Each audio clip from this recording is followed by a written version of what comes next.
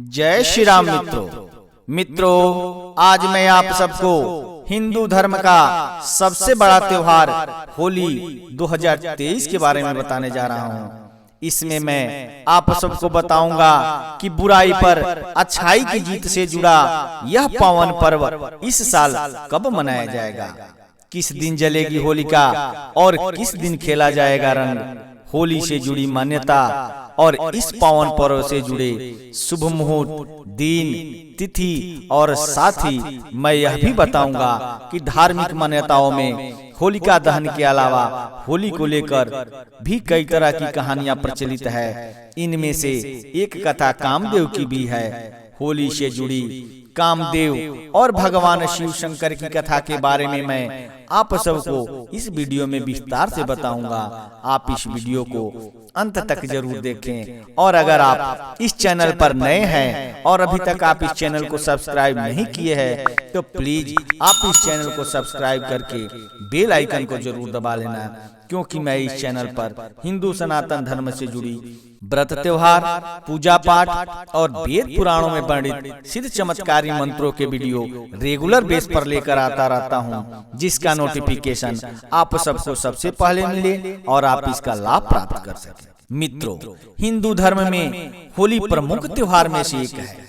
हर साल फागुन मास में ये पर्व बड़े ही धूमधाम से मनाया जाता है। होली का त्योहार होलिका दहन के साथ ही शुरू होता है। फिर इसके अगले दिन रंग गुलाल के साथ होली खेली जाती है। भारत में फाल्गुन शुक्ल पक्ष की पूर्णिमा के अगले दिन होली मनाई जाती है। इस दिन हिंदू धर्म के लोग एकजुट होकर खुशियां मनाते हैं और एक दूसरे को प्यार के रंगों से सराबोर करके अपनी खुशी जाहिर करते हैं।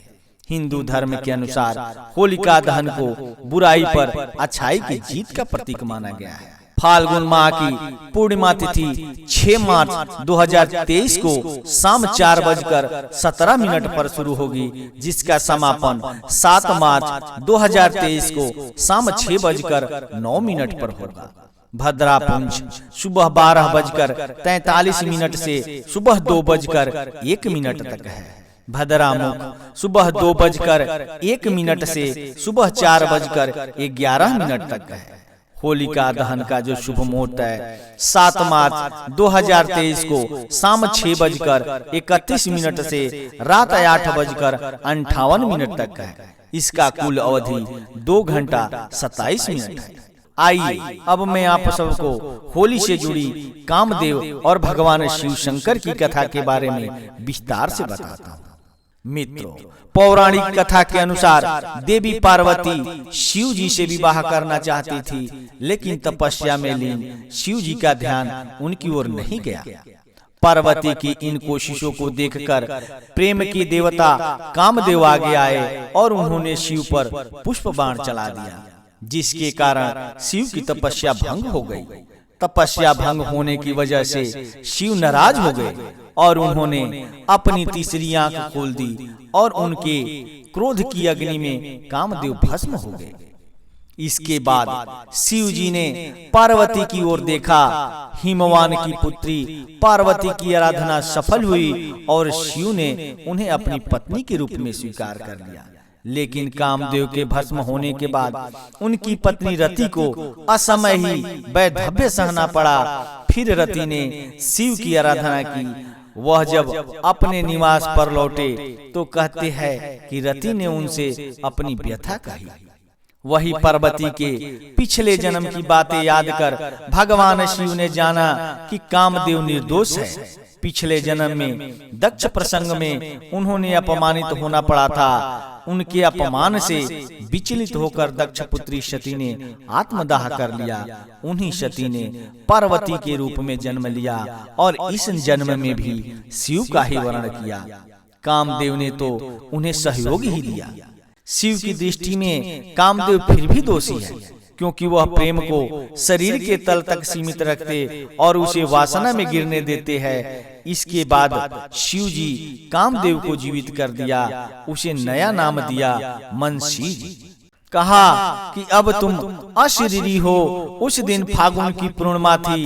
आधी रात गए लोगों ने होलिका दहन किया था। सुबह तक उसकी आग में वासना की मलिनता जलकर प्रेम के रूप में प्रकट हो चुकी थी।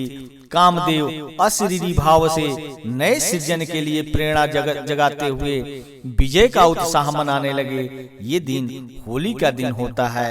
वही कई जगहों आज भी रति के विलाप को लोक धुनों और संगीत में उतारा जाता है। मित्रों, यह जानकारी आप सबको कैसी लगी? अगर आप सबको अच्छी लगी हो तो प्लीज इस चैनल को सब्सक्राइब करके एक लाइक जरूर कर देना और बेल आइकन को दबाना ना भूलना, क्योंकि मैं इस चैनल पर रेगुलर बेस पर हिंदू सनातन धर्म से जुड़ी व्रत त्योहार, पूजा पाठ और वेद पुराणों में वर्णित सिद्ध चमत्कारी मंत्रों के वीडियो रेगुलर बेस पर लेकर आता रहता हूं, जिसका नोटिफिकेशन आप सबको सबसे पहले मिले और आप इसका लाभ प्राप्त कर सके। तब तक के लिए इतना ही। धन्यवाद।